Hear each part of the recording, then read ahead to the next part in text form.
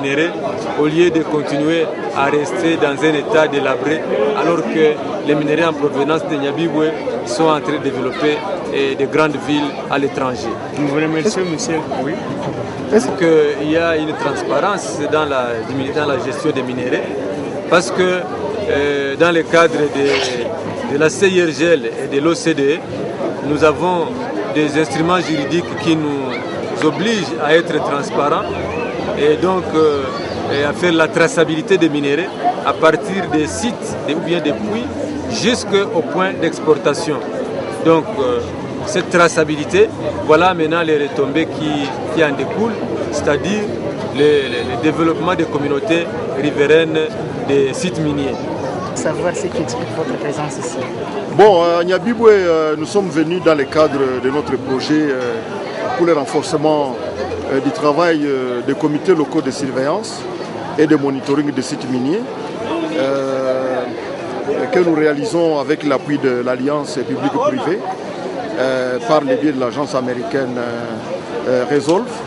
Et c'est un projet essentiellement qui a démarré vers mi-2013 et qui consistait à appuyer, à former les comités locaux sur les questions minières, notamment concernant la réglementation nationale, la réglementation régionale pour la certification des minéraux, mais aussi toutes les réglementations au niveau international, telles que le devoir de diligence de l'OCDE, les règles de la loi de Dodd-Frank et toutes sortes de réglementations au niveau de la RDC qui concourent à une bonne gestion, à une bonne gouvernance du secteur minier, artisanal notamment à l'est de la RDC, dans les contextes de minerais de conflit. Alors, nous avons beaucoup insisté sur le rôle des communautés locales dans la lutte contre notamment la fraude et la contrebande minière, mais aussi pour le respect de la réglementation, lié notamment au respect des droits humains dans l'exploitation des ressources minières, à la sécurité humaine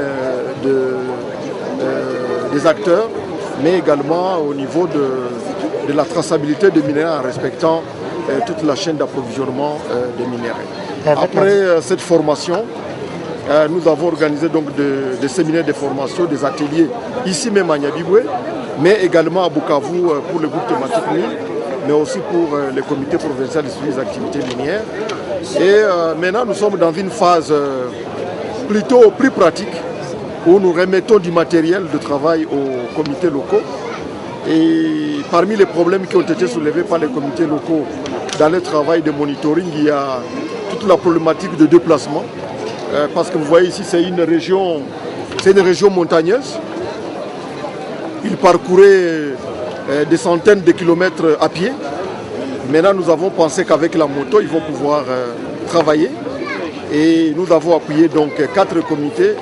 Et c'est le comité local de Nyabibwe, le comité local de Nyamukubi, le comité local de Lijiwe et le comité local de Kiboto.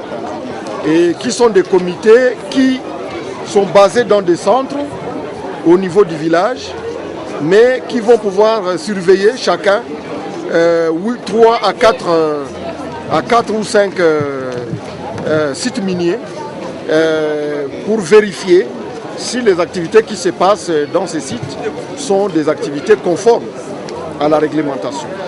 Et notamment, donc, ils vont pouvoir faire des relevés des incidents qui arrivent et qui affectent le secteur minier et qui pourraient faire par exemple qu'un site minier, au départ validé vert, puisse passer du vert vers le jaune ou le jaune vers le rouge. Mais comme vous le savez, le gouvernement congolais a mis la barre très haut. Un site est rouge, un site rouge est assimilé, un site jaune est assimilé au site rouge.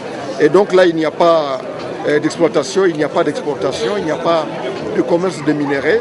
Et par contre, ils vont pouvoir regarder comment maintenir le site vert dans leur statut et faire passer le site rouge ou jaune vers le vert de manière à pouvoir augmenter la production minière et donc aussi avoir un plus-value, notamment concernant la mise en place ou l'alimentation du Basket Fund, ces fonds pour le développement communautaire qui a été mis en place par le gouvernement en collaboration avec la société civile et les opérateurs économiques, avec un prélèvement de $180 par tonne de minerais exportés, et 75% de ces $180 vont pouvoir être destinés à pouvoir financer le développement local selon les projets que la communauté jugera prioritaires. Parce qu'on a remis 4 motos, 4 ordinateurs, 4 imprimantes, 4 appareils photo numériques, mais également de flash disques et du matériel du bureau, papier, tout ce qu'on sort, justement pour permettre à ces comités-là de pouvoir travailler.